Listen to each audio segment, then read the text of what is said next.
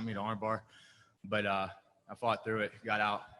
Felt like I did a lot of damage, but I wanted to get an actual knockout, and the blood time stopped that. So I wasn't happy about that, but I'm pleased with my performance. And how tight did you think that armbar was? Were you ever in any trouble, or was it just? It wasn't right on the joint, so it was causing some pain, but nothing that was gonna cause any injury. So it was more just enduring the pain. And last one for me. At the end of the round, it seemed like you kind of noticed that he obviously was bleeding everywhere, and I saw you take a look back. Did you think it was going to be stopped when you saw that cut? Honestly, I thought I hit him with a hammer fist a couple times when he was in on my leg, and I purposely wasn't standing back up because it was a good position for me to land some shots. Land a few good elbows in there too, and I thought on one of them, I think he ended up rolling for deep half, but I thought when he initially rolled, I thought I put him out, but I didn't. He was just rolling for deep half or something, and I started seeing the blood. So it was in my head at the very end of the round, and I was hoping it didn't get stopped, but it did. So like I said, a little upset about that, but I got the win, so I can't complain. I noticed that there was no glove touch at the beginning of the fight. Was that something you planned? Was there a little I'm sorry, it's tough. There was no glove touch at the beginning. Was that intentional? Was that just you were just kind of in the mode? Was there beef? It was intentional. It's not a sign of like disrespect from me. It's just like I'm going in there to try and take this guy's head off, and I expect him to do the same with me. So I don't want to touch hands with anybody. So that's why I didn't do that. Dalton, congrats on the performance, man. So when you had that armbar, I mean, how close was it? And also, how important was it to have your coaches and be able to hear them?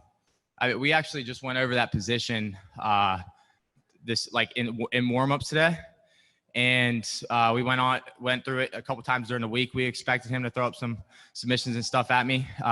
It's nothing we don't do on a normal basis, so it wasn't.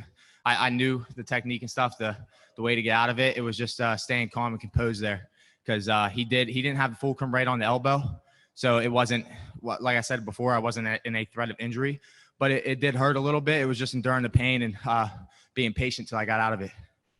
And at the end of the round, I saw your face when you turned around. You looked mad that it got stopped. It was clear you wanted to get in there for a second round, right? Yeah. I wanted to get the stoppage in the first round. That's always my goal.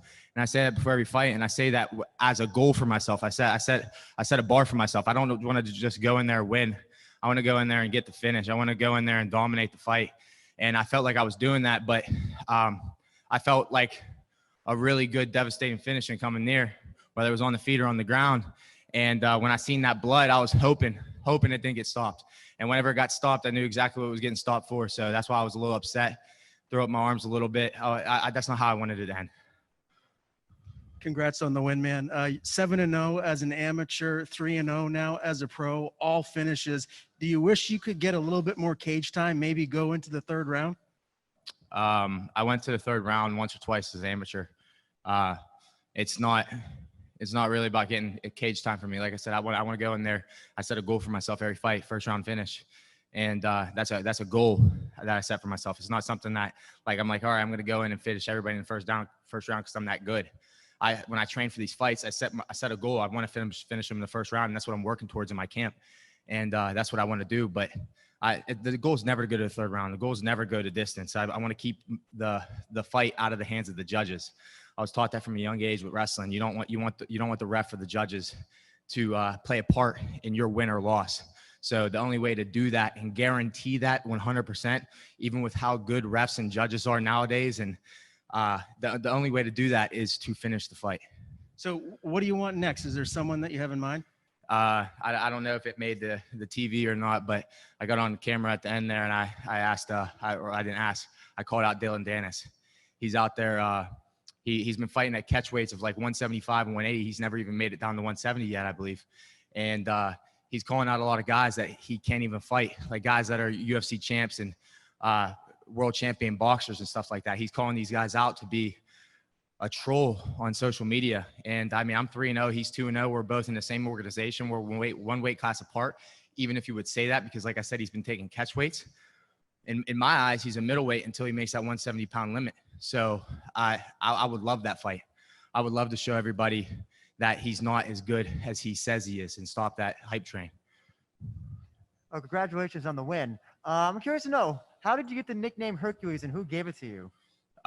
So I used to do a lot of boxing growing up, and I was boxing in Youngstown, Ohio. They have some good boxing there. A few world champions, Ray Boom Boom Mancini, Harry Arroyo, Kelly Pavlik. So it's really, really rich in like the boxing history. And one of Muhammad Ali's old sparring partners, his name's Ron, in his late 70s now probably. He comes down to the boxing gym and just always hitting the bag, always goofing around, always hyping people up and stuff.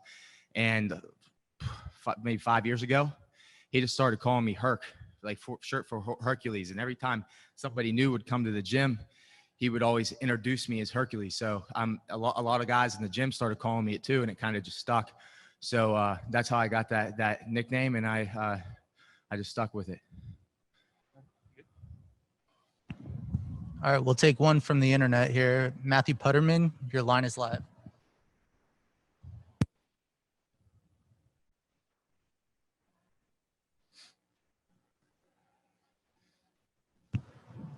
All right, we're getting no audio.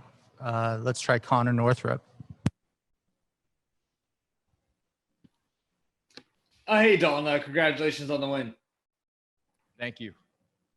I know you said in a past interview with me that your move to middleweight was kind of inevitable for you. How did you feel at 185 tonight?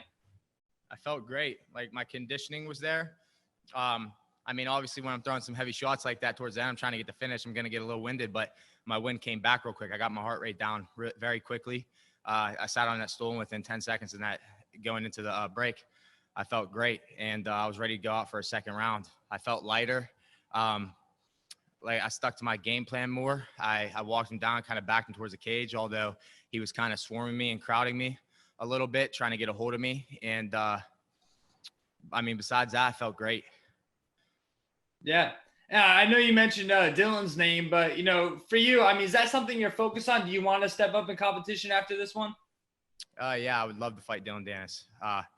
He's obviously a big jiu-jitsu guy, and his jiu-jitsu is legit, but he's not an MMA fighter, and I could prove that. His wrestling's not there.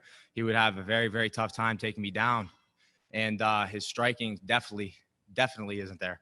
I think he's very scared to strike, and I mean, you see it in all his fights. He's standing on the feet for 30 seconds. As soon as he gets tagged or gets close to getting tagged, he takes it to the ground.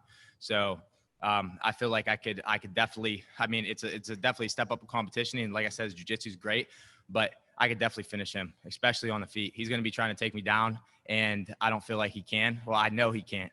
And so the only way for him to get to work on his grappling or his jiu-jitsu is do something like an Imanari roll or pull guard. And if he pulls guard, I'll just back off until we come back to our feet. All right, last question. We'll go back to Matthew Putterman.